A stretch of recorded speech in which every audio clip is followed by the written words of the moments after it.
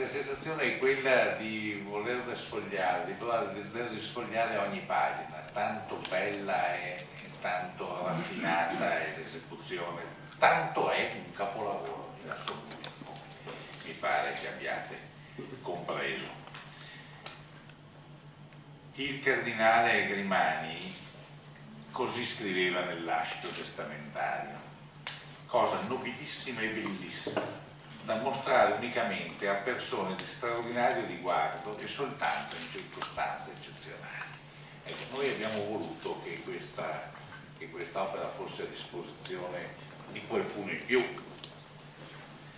e abbiamo deciso di contribuire a quello che Enrico Malato ci ha imposto, tra l'altro, con un'arte della convinzione per davvero unica, aiutato, e questo va ammesso, da una delle poche persone al mondo a cui io non posso dire di no, che si chiama Gianni Netta.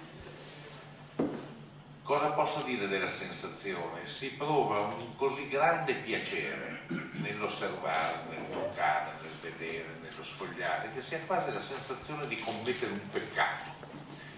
Il peccato, se esiste, è dell'eccesso di piacere nell'osservare tanta bellezza. Io sono sicuro che ci sono anche dei peccatori, sono qui presenti fra noi. Il primo peccatore è Enrico Malato, che ha voluto e diretto questa straordinaria impresa editoriale. Poi di sicuro c'è anche una peccatrice, che è Maria Letizia Sebastiani, direttrice della Biblioteca Marciana, dove il breviario viene gelosamente conservato.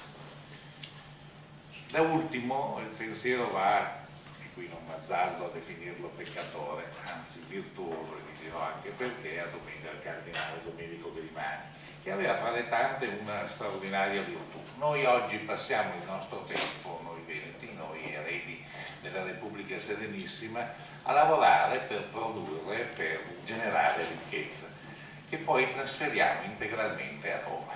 Domenico Grimani, invece dei contributi, a Roma andava di persona e portava a Venezia, strappandolo da Roma, marmi, statue, breviari, cose di straordinaria bellezza.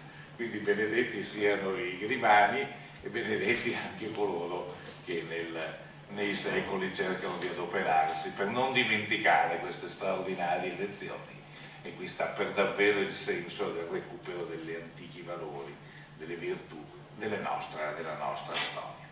Come sapete, alla fine di questa nostra giornata, fra poco, io consegnerò una copia al Patriarca di Venezia, e anche qui credo che in fin dei conti si rispetti il lascito testamentario di Domenico Grimani, che dice appunto una cosa nobilissima e bellissima da mostrare, forse sarebbe il caso di dire in questo caso da donare, unicamente a persone di straordinario riguardo e solo in circostanze eccezionali. Ecco, Angelo Scola certamente è fra queste persone.